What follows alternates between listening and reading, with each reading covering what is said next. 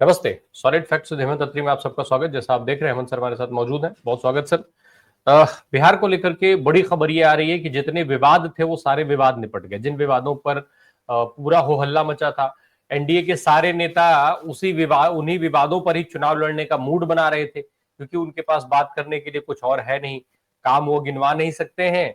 और जो हिंदू मुसलमान है वो बिहार में होता नहीं है, तो गिनवाते क्या। खैर, उन्हें बैठे बिठाए एक मुद्दा मिला था, लेकिन आज वो सारे मुद्दे जो है वो खत्म हो गए। लालू यादव और अशोक गहलोत की मुलाकात हुई, फिर उसका अनाउंसमेंट कहा जा रहा है कि कल हो जाएगा। ये सारी चीजें चल रही हैं सर। दो तीन चीजें एक साथ समझना चाहता हूं मैं दर्शकों के लिहाज से।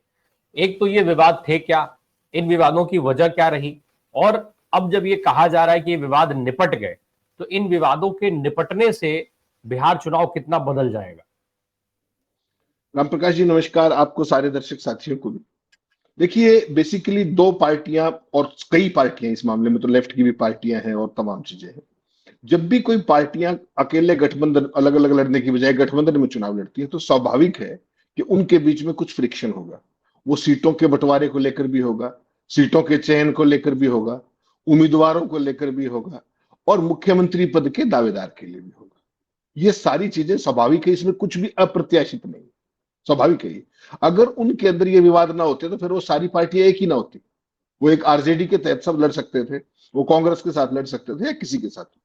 वो अलग अलग हैं, इसलिए तो मतभेद है। वो मतभेद होना स्वाभाविक भी, इसमें कोई बहुत महान बात नहीं है। असली दिक्कत क्या है कि यहाँ पर बेसिकली ये पुअर ऑप्टिक्स जरूर हुई कि चुनाव शुरू होने से पहले जो माहौल बनाया था कांग्रेस पार्टी का, चाहे वो राहुल गांधी का तेजस्वी की यात्रा थी, वोट अधिकार बचाओ यात्रा, या जो भी कुछ, वो आपने देखा बहुत शानदार उसका एक पूरा नैरेटिव बना था। और वो घर घर तक वो नारा ना केवल बिहार में, पूरे देश में राम प्रकाश जी पहुंच गया था। तो उसका कुछ न कुछ तो काम खराब करना था। तो कांग्रेस में से आत्मघातियों की कोई दिक्कत नहीं, बहुत सारे हैं, एक से एक ढूंढते, एक ढूंढिए हजार मिलते हैं आपको। अगर ये पूर ऑप्टिक्स ना होती तो आपको क्या लगता है कि चुनाव कोई बहुत ज्यादा बेहतर पिच पे स्टार्ट नहीं होता क्या? पिछले 3 दिन का जो चुनाव है, भाजपा ने तो लड़ी सी बात पे दिया कि तो आपस में लड़ रहे हैं। और आज जब प्रधानमंत्री जी मैदान में अवतरित होंगे तो उनकी तो भाषा देखिएगा इस पर, वो तो ऐसा चढ़ाएंगे कि मामला आप समझ ही नहीं पाएंगे क्या हो रहा है। तो बेसिकली क्या है कि इस पूरा ऑप्टिक्स से बचा जा सकता था। विवाद होना स्वाभाविक है, मतभेद होना भी स्वाभाविक है, कोई बड़ी चीज नहीं है इसके अंदर, होगा ही। जब चार लोग मिलके बैठेंगे, वीआईपी है और तमाम लोग हैं, तो स्वाभाविक है मतभेद होंगे। सीटों की संख्या पे भी होंगे, सीटों के चयन पर भी होंगे, कौन सी सीट कौन लेगा, सारी बातें। उसको एक तरीका है मेच्योरली हैंडल करने का, और दूसरा तरीका है वो जो इस मामले में दिखा आपने, और उससे एक पुअर ऑप्टिक्स क्रिएट हुई। आपको एक बात माननी पड़ेगी कि 20 साल से, अगर कुछ समय का वक्फा छोड़ दें जब तेजस्वी डिप्टी सीएम थे, उनकी पार्टी लगातार विपक्ष में रही है। और इस बार वो अफोर्ड नहीं कर सकते कि इस बार अगर सत्ता से बाहर रहे तो वो अगले 5 साल सरवाइव कर पाएंगे या नहीं, क्योंकि अभी तो लालू जी हैं। जिस तरह की एज का फैक्टर है, सेहत का फैक्टर, तमाम चीजें होती है उसके अंदर। और रीजनल पार्टियों की एक अपनी सीमा है, आज की तारीख में फाइनेंसिंग का आपको पता है जो स्थितियां हैं। तो एक चीज तो ये समझनी पड़ेगी कि अगर ये ना होता तो शायद बेहतर होता। लेकिन चूंकि कांग्रेस के अंदर तमाम ऐसे लोग हैं कि जो जरूर से ज्यादा महत्वाकांक्षी हैं, without knowing the ground realities. हर बात पे लड़ना ही जरूरी नहीं होता, कई बार बड़े दिखना भी होता है। मुख्य मुद्दा क्या है? बिहार में एनडीए को हराना या 4 सीटें फालतू ले लेना। ये सब पे लागू है, तेजस्वी पे भी लागू है, इन पे भी लागू है, कांग्रेस पे भी, और सब पे लागू है। ऐसा नहीं था कि एनडीए के अंदर झगड़ा नहीं था, खूब झगड़ा था। तो एक तो मीडिया पोमेरियन है, उनकी तो कोई बात बताएगा नहीं बाहर आकर के जो कुछ भी हो रहा है। प्लस वहां पर एक अमित शाह के हाथ में एक ऐसा जादू है सत्ता का, वो जिसको चाहे जहां चाहे वहां पर 1 सेकंड के अंदर मम कर देते हैं, तमाम एजेंसियों का और हर चीज उनके पास है। तो लेकिन वही बात है कि देर आए दुरुस्त आए। अशोक गहलोत को आज उतारा गया है, बेहतर ये होता कि 3 दिन पहले आ गए होते। तो कम से कम जब फर्स्ट फेज का नॉमिनेशन खत्म हुआ, उससे अगले दिन एक पॉजिटिव नोट के ऊपर चुनाव कैंपेन शुरू होता। लेकिन गहलोत अब आए हैं, सारी चीजों पे बातचीत हुई है। चूंकि लालू खुद बैठे थे वहां पे, मैं वही आपको बात कह रहा था 2 दिन पहले कि कोई ऐसी चीज नहीं है लालू जी और सोनिया के बीच में, तेजस्वी और राहुल के बीच में, जो सॉर्ट आउट ना हो सके बातचीत में 5 मिनट के अंदर। कोई इतनी बड़ी चीज नहीं है। ये जो सेकंड लाइन के जो लीडर्स होते हैं ना, मैं नाम किसी का नहीं लेना चाहता, आप समझ जाएंगे, जो यहाँ पर प्रभारी के तौर पर तमाम चीजें जो करते हैं, वो उनको ये समझ नहीं है कि आज के बदले हुए माहौल में जब सब कुछ भाजपा के हाथ में है, नैरेटिव से लेकर के मीडिया से लेकर के हर चीज, तो वैसी सूरत में कौन सी चीजें अवॉइड करनी चाहिए। वो more loyal than the king दिखाने के चक्कर में इस तरह का ऑप्टिक्स क्रिएट होता है जो अनडिजायरेबल है। इसको अवॉइड किया जा सकता था और बेहतर ये होता है कि अशोक गहलोत जैसा मेच्योर आदमी जो पॉलिटिकल लेन देन में एक होती है ना, जो एक तरीके से अंडरस्टैंडिंग में, समझौता करने में, जिसको एक लंबा चौड़ा तजुर्बा हो यथार्थ के धरातल पर। जो राहुल गांधी ने व्यक्ति भेजा था, मैं आपको पहले दिन से कह रहा था कि उसकी कोई ग्राउंड रियलिटी है, वो राहुल का करीबी होना एक बहुत सफल रणनीतिकार होने की कोई गारंटी नहीं है। आपका भरोसेमंद हो सकता है कोई व्यक्ति, लेकिन जरूरी थोड़ी कि उसको ग्राउंड रियलिटी की उतनी समझ हो। अशोक गहलोत ने पूरी जिंदगी जीवन खपाया है उसमें, तो कम से कम ऐसे व्यक्ति को जब फाइनल वोटिंग का, उसका पोलिंग का, वो क्या नाम है, नॉमिनेशन का समय खत्म हो रहा था, कम से कम उस टाइम भेज करके ये डैमेज कंट्रोल पहले किया जाता तो बेहतर होता है, ऐसा मुझे लगता है। लेकिन अब कल प्रेस कॉन्फ्रेंस है और उसके अंदर सारी चीजों का सॉर्ट आउट हो जाएगा, सीटों को लेकर के भी। अभी तक तो जो अब मैं और आप बात करना शुरू किया हमने, 12 सीटों पर फ्रेंडली फाइट की स्थिति बन रही थी। अब उसमें से कितनी सीटों पर क्या होगा नहीं होगा वो आज शाम तक फाइनल हो जाएगा, कल उसको अनाउंस कर दिया जाएगा। मोस्ट लाइकली सिचुएशन ये भी है कि जो घोषणा पत्र है उसकी कुछ घोषणाएं जो तेजस्वी ने अब तक कर दी है, आज उन्होंने कई मास्टर स्ट्रोक चले हैं, तो उनको भी शायद साझा घोषणा पत्र में शामिल कर लिया जाए। उसका एक ब्लूप्रिंट भी कल की प्रेस कॉन्फ्रेंस में आपको दिखाई देगा। अब जब ये पूरे विवाद सर सुलझ गए हैं, विवादों की वजह तो मान लीजिए आपने बता दिया, लेकिन खबर ये भी है कि अब राहुल गांधी और तेजस्वी यादव का चुनाव प्रचार का अभियान शुरू होगा। ये कितना इंपॉर्टेंट होगा बिहार के लिहाज से, क्योंकि अमित शाह साहब जिस तरीके की राजनीति करते हैं, भाजपा जिस तरीके की राजनीति करती है, उसके लिए जरूरी ये है कि महागठबंधन कुछ ठोस लेकर के आए। क्या राहुल और तेजस्वी की एक साथ उतरने से वो ठोस बिहार को हासिल होगा? नहीं, देखिए रामप्रकाश जी, कल के बाद जो 24 तारीख से घोषणा वो शुरुआत होगी उसके चुनाव अभियान की, और मोस्ट लाइकली पहला कार्यक्रम इन दोनों का साथ होगा। उसका मतलब क्या होता है कि हम गठबंधन में साथ हैं, हमारे बीच में कोई ऐसी चीज नहीं है जिसके कारण कोई विवाद का कारण हो, और जो बिल्डअप है चुनाव से पहले का, उस बिल्डअप को आगे कंटिन्यू करना, उस मोमेंटम को आगे कंटिन्यू करना, ताकि कार्यकर्ता से लेकर के आखिरी घर तक एकजुटता का संदेश जाए विपक्ष का। वो सबसे महत्वपूर्ण बात वो है इस चुनाव के अंदर। ज्वाइंट कार्यक्रम एक, ज्वाइंट डिक्लेरेशन, ज्वाइंट मैनिफेस्टो, वो सारी चीजें एक है। उसमें सबसे पहले एकजुटता दिखना बहुत जरूरी। तो वो एकजुटता मंच पर दिखे, चुनाव कैंपेन लॉन्च हो, तो उसमें क्या होता है कि जो आपके अभी तक की जो भी फॉल्ट लाइंस थी, जो सीटों को लेकर झगड़ा था, जो भी चीज थी, उसको आप साइडलाइन करके ये आप दिखा सकते हैं कि देखिए हम सब एक हैं और वो छिटपुट चीजें होती रहती। तो पॉजिटिव नोट पे शुरुआत करना और पिछले मोमेंटम को दोबारा कायम करना, वो सब की प्रायोरिटी रहेगी, और वही की है अगर इस चुनाव में एनडीए को हराया जा रहा है तो। और उसके बाद आप देखिए, अभी तो राहुल आ रहे हैं, उसके बाद तत्काल बाद जैसे ही छठ पूजा समाप्त होगी उसके बाद प्रियंका भी डेरा डालेंगी बिहार के अंदर। तो महिलाओं का, क्योंकि एक बहुत बड़े वर्ग को नीतीश ने और मोदी ने जिस तरीके से 10-10 हजार रुपए डाल करके उनको बहलाने फुसलाने की कोशिश की है, उसको काउंटर करने के लिए, प्लस आजीविका दीदियों के लिए जो तेजस्वी ने बहुत बड़ी घोषणा की है, 30,000 रुपये उनका देना, उनके लिए इंश्योरेंस की सुविधा, उनके लिए तमाम वो चीजें, ब्याज मुक्त, उनका कर्जा माफ, ब्याज माफ जो सारी स्थिति, तो उसको एक नए मोमेंटम तक ले जाने के लिए महिलाओं से कनेक्ट निश्चित तौर पर प्रियंका का बेहतर है। तो छठ पूजा के इमीडिएटली बाद उनको भी मैदान में उतारने की तैयारी है। तो उम्मीद की जा सकती है कि इस बार चुनाव जो है बिहार में वो रोचक बनेगा, और वोट परसेंटेज अगर नहीं बढ़ाते हैं ये, फिर दिक्कत होगी इनको। इनको सारा फोकस अगर करना है, चाहे तेजस्वी हो, चाहे राहुल हो, चाहे पूरा महागठबंधन हो, उनको एक ही लाइन पकड़नी पड़ेगी कि मैक्सिमम वोट इंश्योर किया जाए, ताकि जो एसआईआर का, जो रामप्रकाश जी आपने देखा जो खेल हुआ है एसआईआर में, उसको काउंटर करने की केवल एक टेक्निक है, and that is massive voting. अगर वो मैसिव वोटिंग करा पाते हैं तो इनके पास एक एडिशनल एडवांटेज होगा। ये चीज अगर इस पर इंश्योर करें, इसको पूरा फोकस पे करें, प्लस अगर इंपॉर्टेंट चीज आप देखेंगे, जो पिछले 4-5 दिन से छठ पूजा के लिए देश के अलग अलग हिस्सों से प्रवासी मजदूर आ रहे हैं बिहार के वापस, वो ट्रेनों की जो हालत है, जिन हालात में वो बेचारे घर पहुंच रहे हैं, मुझे लगता है एक सिंगल लार्जेस्ट मुद्दा वो हो सकता है कि किस तरीके से 11 साल की, साढ़े 11 साल की सत्ता केंद्र में होने के बावजूद भी नरेंद्र मोदी बिहारी भाइयों को, पहले उनके साथ जो हुआ वो लॉकडाउन में सारे देश को याद है कि लाखों लाख बिहारी बेचारे सड़कों पे पैदल जा रहे थे। अब तो लॉकडाउन भी नहीं है, अब ट्रेनों में जिस तरीके से लटक लटक के जा रहे हैं, उस सारे को भी मुझे लगता है एक बड़ा इशू बना करके, क्योंकि वो बिहार के हर घर से जुड़ता है, वो खासतौर पर ग्रामीण अंचल में, खासतौर पर प्रवासी जो बेचारे मजदूर उनके घरों के अंदर। तो मुझे लगता है ये सारी चीजें, ये बिहार की और एनडीए की दुखती रही, इनको जितना लोगों को बताया जाएगा, मुझे लगता है उतना अपोजिशन के लिए एक बेहतर स्कोप और स्पेस है आने वाले चुनाव। लेकिन सर ये परिस्थितियां तो पहले से रही हैं, कोई ये नई परिस्थिति तो है नहीं, और ये एकदम से त्योहारों पर जो भीड़ बढ़ती है उससे निजात पाना कितना आसान है, ये शायद एक अलग तरीके की बात हो जाती है।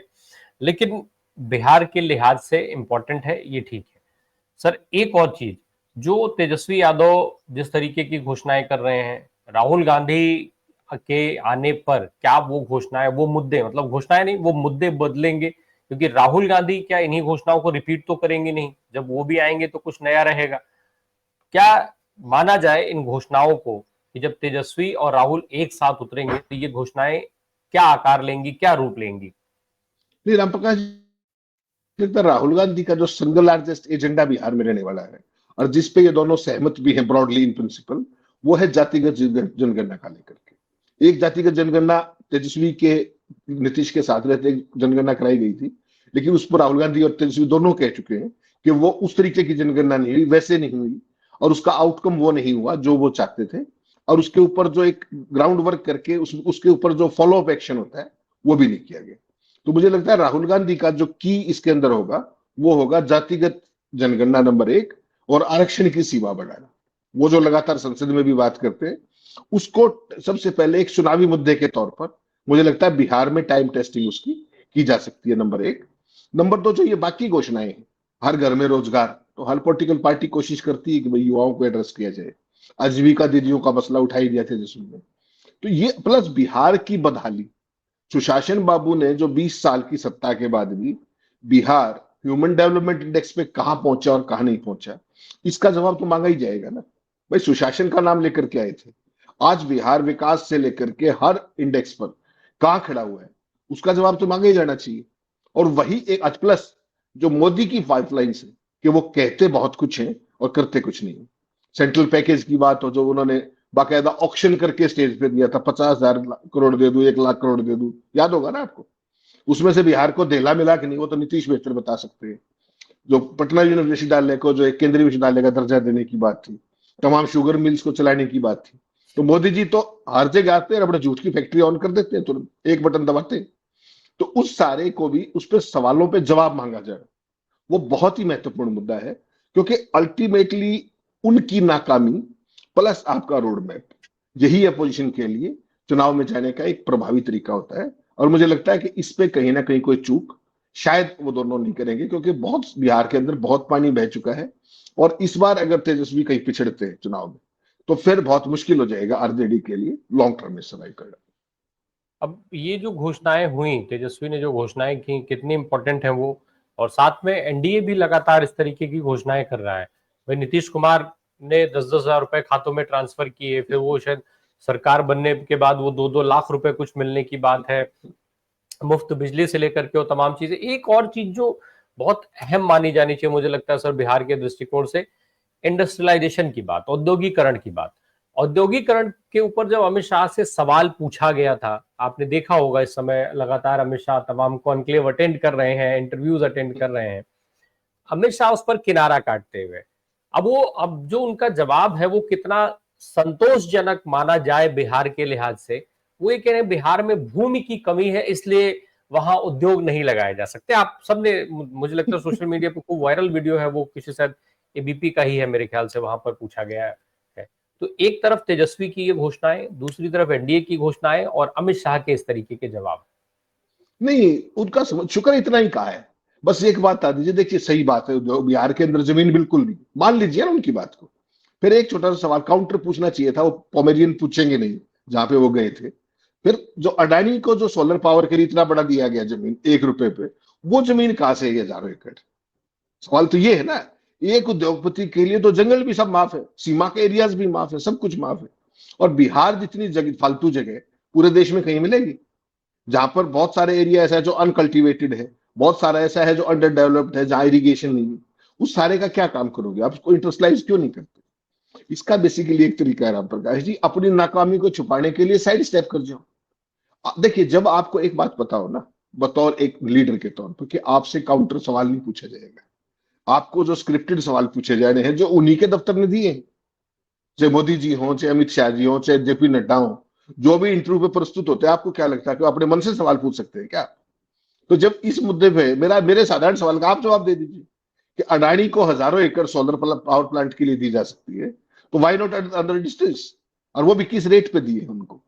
तो सवाल ये नहीं, इनके लिए उद्योगपति का मतलब देश में एक उद्योगपति, एक दूसरा है वो आजकल तेल बेच रहा है रशिया का सस्ता लेकर के, और उसका दंड भारत भुगत रहा है। इनसे सवालों की जवाबों की अपेक्षा मत करिए, ये सवाल मुक्त जवाब मुक्त लोकतंत्र है। केवल और केवल लोगों से कनेक्ट कीजिए उनके मुद्दों पर। इंडस्ट्रियलाइजेशन का बेसिकली क्या है कि उसके लिए सबसे इंपॉर्टेंट चीज क्या होती है राम प्रकाश जी? सबसे पहले होती है लॉ एंड ऑर्डर की स्टेबिलिटी।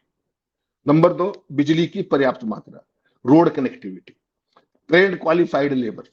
अगर ये सारी चीजें आप मुहैया, ये गवर्नेंस का हिस्सा है सारे के सारे, अगर ये चार चीज आप किसी भी राज्य में इंश्योर कर देंगे, तो आपको क्या लगता है इंडस्ट्रियलाइजेशन होगा या नहीं होगा? और बड़ी इंडस्ट्री को आने में एक समय लगता है, एक प्रक्रिया के तहत। अगर आज आप होल हार्टेडली जाना भी चाहें, उसको इस्टेब्लिश करके चालू करने में 2 से 3 साल लग जाते हैं। तो उसका क्या उपाय है कि बड़ी पे आप लगातार इनवाइट कीजिए, उनको प्रमोट कीजिए, और बाय द टाइम वो आए तब तक आप एमएसएमई को प्रमोट कीजिए, उनको सस्ते दामों पर ऋण दीजिए, उनको तमाम फैसिलिटीज दीजिए, फैसिलिटेशन कीजिए, उनको जो है तमाम तरह की ट्रेनिंग्स दीजिए, ताकि वो बेहतर काम कर सके। तो ये जब तक आपके पास, जो मैं बार बार कहता हूं ना कि राहुल की बहुत सारी चीजों से मैं शायद सहमत नहीं होता। क्यों? क्योंकि वो वन टाइम के लिए आपको हो सकता है वोट दिला पाए, जैसे जातीय जनगणना से लेकर तमाम। हर आदमी की अपनी राय है, मेरी आपकी अपनी हो सकती है। लेकिन अगर आप स्किल डेवलपमेंट पे ध्यान दें, अगर आप एमएसएमई पे ध्यान दें, तो वो समस्या जो रोजगार की है, मान करके चलिए राहुल गांधी नहीं, तेजस्वी यादव नहीं, भगवान भी आ जाए इस धरती पे, तो भी हर घर में रोजगार नहीं दिया जा सकता सरकारी। अगर आप सरकारी को रोजगार मानते हैं, माफ कीजिएगा, तो जितनी हमारी आबादी है उसके हिसाब से सरकारी रोजगार मिलना नामुमकिन है। मैं पूरी जिम्मेदारी के साथ आपको कह रहा हूँ। तो उसके लिए बेस्ट तरीका क्या है कि राम प्रकाश राय जी अपना स्किल अपडेट करके कोई ऐसी इंडस्ट्री चलाए, चाहे कोऑपरेटिव के दम पर चाहे, और जिसमें मेरे जैसे चारों को रोजगार है। और उससे क्या होगा कि ओवरऑल स्टेट का डेवलपमेंट बढ़ेगा, इंडस्ट्रियलाइजेशन बढ़ेगा, जीडीपी में आप योगदान दे पाएंगे, और सेल्फ रिलायंस की तरफ बढ़ेंगे। सरकारी नौकरियों की राम प्रकाश जी एक सीमा होती है किसी भी स्टेट के अंदर, किसी भी देश के अंदर। लेकिन दुर्भाग्य की है कि हमारे देश के अंदर सरकारी रोजगार को ही रोजगार मान लिया गया, या मनवा दिया गया है इस तरह के झूठे प्रलोभनों के जरिए। आप 2 करोड़ रोजगार मोदी जी देने वाले थे ना, पूछ लीजिए एक बार, हर साल दे रहे थे उनको। 11.5 साल हो गए, जरा बता दें एक बार। तो उन्होंने बता दिया कि पकौड़े तलना भी तो रोजगार है, तो अब तलते रहिए पकौड़े आप कढ़ाई लेकर के। तो इनके कुतर को मैंने की बात नहीं, आपको प्रोग्रेसिव गवर्नेंस का एजेंडा देना पड़ेगा, और उस काम के लिए आपको जो ये छोटे इंटरेस्ट है, इसकी बजाय व्यवहारिकता के धरातल पर आना पड़ेगा। मुझे लगता है अगर राहुल गांधी इस पर ज्यादा फोकस करें कि हम इतने परसेंट ब्याज पर, या ब्याज मुक्त उस पर आप इतनी अमाउंट देंगे। आपने देखा क्या जो आपने जिक्र किया अभी सवाल में, कि 10-10 हजार रुपए दे दिए चुनाव से पहले वन टाइम। वो आप 20 साल पहले क्यों नहीं दिया आपने? अब क्यों दिए? वही महाराष्ट्र वाला मॉडल है, लड़की बहना योजना, 3-4 एडवांस किस्तें, और जैसे ही चुनाव जीता उसके बाद जय हिंद जय भारत छुट्टी। 50% से भी नीचे लाभार्थी रहेगी। अब कहते हैं कि अगर हमने इनको पैसा जारी रखा तो अभी महाराष्ट्र की सरकार डूब जाएगी। तो इतना रिसोर्स कहां से आएगा? तो बेसिकली क्या है कि वो जो है, एक तरफ चुनाव की घोषणा होती थी, अगर आपको याद हो, ज्ञानेश गुप्ता जी के सामने, और दूसरी तरफ मोदी जी और नीतीश कुमार 10-10 हजार रुपए सेकंड किस्त डाल रहे थे। याद होगा ना आपको? पहले 7,500 करोड़ रुपए बर्बाद किए थे। 10 हजार रुपए में क्या हो जाएगा? क्या उनका जीवन सुधर जाएगा? वो विशुद्ध रूप से एक रिश्वत थी, वोट खरीदने का एक प्रयास था। और उससे आप सरकारी खजाने, मैं कह रहा हूं, वैसे तो आप कहते हो कि बिहार में पैसा नहीं है, ये 7,500 लुटाने के लिए कहां से आ गया आपके पास? आप उन पैसों से क्या बिहार के अंदर 1,000, 2,000, 5,000 एमएसएमई को प्रोत्साहन नहीं दे सकते थे पिछले 20 साल में? वो नहीं करेंगे, क्योंकि उससे चुनाव में वोट नहीं मिलेगा। वोट मिलेगा मुफ्तखोरी से। मोदी जी क्या कहा करते? मुफ्त की रेवड़ियां बांटते। 82 करोड़ को मुफ्त अनाज देना वो क्या होता है? किसने मांगा था आपसे मुफ्त अनाज? कोविड के बाद उसी को आप प्रोडक्टिविटी से भी जोड़ सकते थे ना। मनरेगा का आपको ध्यान होगा, मनरेगा में आपको 100 दिन का गारंटीड रोजगार मिलता था, लेकिन देश के आधारभूत ढांचे के विकास में आपका योगदान होता था। आज आदमी इस देश के अंदर मुफ्त अनाज कोई नहीं मांग रहा, सब रोजगार मांग रहे हैं। और आपके पास रोजगार है नहीं, क्योंकि आपकी समझ नहीं है। और जब समझ नहीं है तो मुफ्तखोरी बढ़ाते जाइए। ये जाके कहाँ रुकेगा? ये जो है धर्म की राजनीति, जाति की राजनीति, इससे राम प्रकाश जी कुछ नहीं होने वाला। अल्टीमेटली अगर आपको इस देश को आगे बढ़ाना है तो आपको प्रोग्रेसिव वर्ल्ड व्यू पे जाना पड़ेगा कि साहब देखिए, आप +2 पास हैं, आपका ये स्किल डेवलपमेंट है, आप जब ये कोर्स पास कर लेंगे, जो भी आपकी इच्छा का हो, उसके बाद आपको इतने पैसे स्वरोजगार के लिए मिलेंगे सरकार से, एक्स अमाउंट के ब्याज दर पर या मुफ्त। उसमें भी ये कर सकते हैं आप कि आपको ब्याज शुरू में देना पड़ेगा, और अगर आपने समय पे चुकता कर दिया पूरा, तो वो सारा ब्याज आपको वापस मिल जाएगा। तो वो भी एक प्रोत्साहन है। उस तरह का पॉजिटिव गवर्नेंस का एजेंडा लाना पड़ेगा। ये लफाजी और ये सब मुझे नहीं लगता ये कोई व्यवहारिक पक्ष है। और इस देश की बदहाली का सबसे बड़ा कोई कारण है, वो है धर्म और जात की राजनीति। मैं व्यक्तिगत तौर पर मानता हूं, हो सकता है आप सहमत ना हो, दर्शक सहमत ना हो। Progressive agenda is the key, अगर आपको आगे बढ़ना है तो। इसके अलावा कोई विकल्प है नहीं आपके पास। एक एक बात और रह जाएगी, एक व्यक्ति का नाम लिए बिना बिहार के इलेक्शन इस समय थोड़ा जो है वो ऐसा लगता है कि अधूरा रह गया है। वो नाम है प्रशांत किशोर का। और ये मैं इसलिए नहीं कह रहा हूं कि प्रशांत किशोर कोई बिहार की बहुत बड़ी ताकत के तौर पे उभर करके सामने आ रहे हैं, बल्कि इसलिए कह रहा हूं कि जो जो हरकतें अरविंद केजरीवाल करते थे, कुछ उस तरीके की हरकतें प्रशांत किशोर करते हुए दिखाई दे रहे हैं, इसलिए उनका नाम लेना जरूरी हो जा रहा है। वो खुलेआम तौर पे ये आरोप लगा रहे हैं कि उम्मीदवारों को धमकी दी जा रही है, उम्मीदवार तोड़े जा रहे हैं। और तो ये कितना इंपॉर्टेंट है और क्यों जरूरी है ये धमकी देना? या फिर ये सारी चीजें वही अरविंद केजरीवाल की तरीके से पॉलिटिकल स्टंट मान लिया जाए? राम प्रकाश जी, एक चीज तो आप मान के चलिए, कल मैंने उनके कई इंटरव्यू देखे, एक इंटरव्यू पे शायद मैंने और आपने बात भी की थी। बेसिकली कुल मिलाकर के क्या है कि प्रशांत किशोर के अंदर नेता बनने से पहले बन चुके नेता की सारी खूबियां है। अगर आप अपने इंटरव्यू के ऊपर कमेंट्स देखेंगे तो प्रशांत किशोर की ट्रॉल से ना मुझे लगा आरजेडी और कांग्रेस से भी ज्यादा मजबूत और बेहूदी है। जो बातें वहां पर हुई थी उसका एक एक परिप्रेक्ष्य हमने दिया। उसके बावजूद भी वो ट्रॉल से ना, वो गाली गलौज से आगे। इसका मतलब क्या है कि उन्होंने वो आत्मघाती दस्ता जाते ही तैयार कर लिया। उनको वोट मिले या ना मिले अलग बात है। वो बेसिकली किस पर्पज के लिए गए थे ये मुझे और आपको बताने की जरूरत है नहीं। ठीक, उनके पीछे कौन सी ताकतें हैं, क्या है, किसको तोड़ लिया गया, किसको जोड़ लिया गया, ये मेरा और आपका महकमा इसलिए नहीं है क्योंकि बहुत बड़ी ताकत वो है नहीं। तो वो बेसिकली कुछ भी दावे करते रहे कि मैं किंग मेकर हूंगा और मैं किंग हूंगा, जो भी अच्छी बात है, उनको शुभकामनाएं। लेकिन हकीकत क्या है कि बिहार के लोग पूरे, जो पूरा हालात है उसको समझ रहे हैं। और असली मुकाबला तो देखिए, जिस भी परिस्थिति में एसआईआर के बावजूद भी, सारा खेल जमाने के बावजूद भी, असली मुकाबला तो महागठबंधन वर्सेज एनडीए के अंदर ही। ये उसमें कितना डेंट कर पाएंगे या नहीं कर पाएंगे, वो सीधा सीधा इफेक्ट करेगा भारतीय जनता पार्टी के उन मंसूबों को, जिससे वो, उनकी बहुत सालों से दबी कुचली इच्छा है कि किस तरीके से बिहार में सत्ता पे काबिज हुआ जाए, अपना मुख्यमंत्री बनाया जाए। उसमें नीतीश कुमार की जो सेहत है वो एक बहुत बड़ा पक्ष होने जा रहा है, बहुत बड़ा पक्ष। और उनकी एक बात से मैं सहमत था कल, जो उनके कई इंटरव्यू देखे मैंने प्रशांत किशोर के, उनकी एक बात से मैं सहमत था कि अगले चुनाव के बाद नीतीश कुमार मुख्यमंत्री नहीं होंगे। ये बात मैं और आप भी लगातार पिछले मेरे ख्याल 4-5 महीने से लगातार कह रहे हैं जब भी बिहार की चर्चा करते हैं कि बिहार के अंदर बीजेपी महाराष्ट्र मॉडल लागू करने को बेताब है। और महाराष्ट्र मॉडल क्या है वो आप समझ सकते हैं कि मिलकर लड़ेंगे, नेतृत्व राम प्रकाश जी का होगा, मुख्यमंत्री तय तय करेंगे बाद में।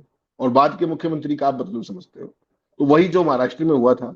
अगर ना पता हो तो शिंदे बता देंगे बेहतर, ना पता हो तो अजीत पवार बता देंगे, और तमाम लोग बता देंगे महाराष्ट्र में।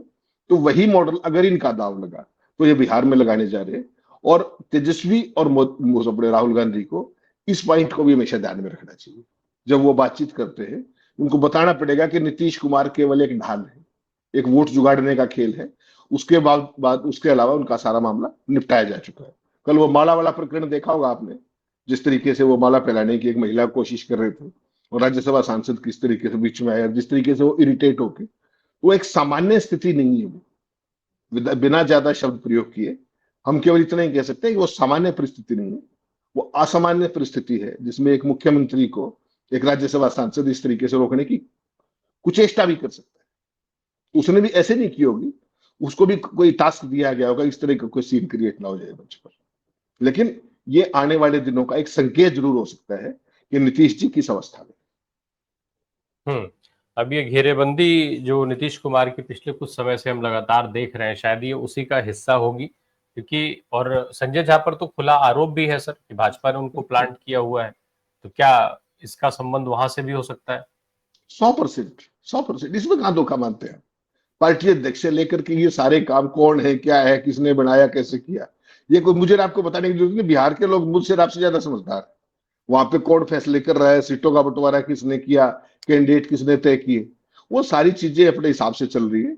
क्योंकि अगर दांव लगा, चूंकि नीतीश को सीएम नहीं बनाया जाना है, नीतीश पार्टी के कंट्रोल में नहीं है, नीतीश की पार्टी उनके कंट्रोल में नहीं है, तो इस तरह के लोगों को चुनाव से पहले ऑलरेडी प्लेस कर दिया बीजेपी ने, ताकि जरूरत पड़ने पर जो भी खेल करना है वो बहुत आसानी से अंजाम दिया जा सके, अगर जरूरत पड़े तो।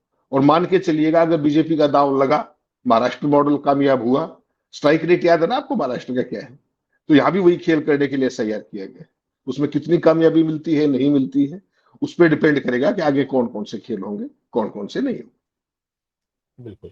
बहुत बहुत धन्यवाद सर हमसे बात करने के लिए। अब ये खेल जो है देखा जाए, क्योंकि ये चुनाव जैसे जैसे परवान चढ़ेगा, चुनाव प्रचार जैसे जैसे तेज होगा, वैसे वैसे इस तरीके की बहुत सारी चीजें निकल करके सामने आ जाएंगी। और एक चीज इंटरेस्टिंग होगी, अगर नीतीश कुमार चुनाव प्रचार में जितना ज्यादा एक्टिव रहते थे उतना अगर एक्टिव नहीं रहते हैं तो भाजपा की क्या स्थिति रहेगी, और अगर एक्टिव होते हैं तो भारतीय जनता पार्टी उस परिस्थिति को कैसे हैंडल करेगी, ये भी देखने वाली बात रहेगी। Thank you so much sir.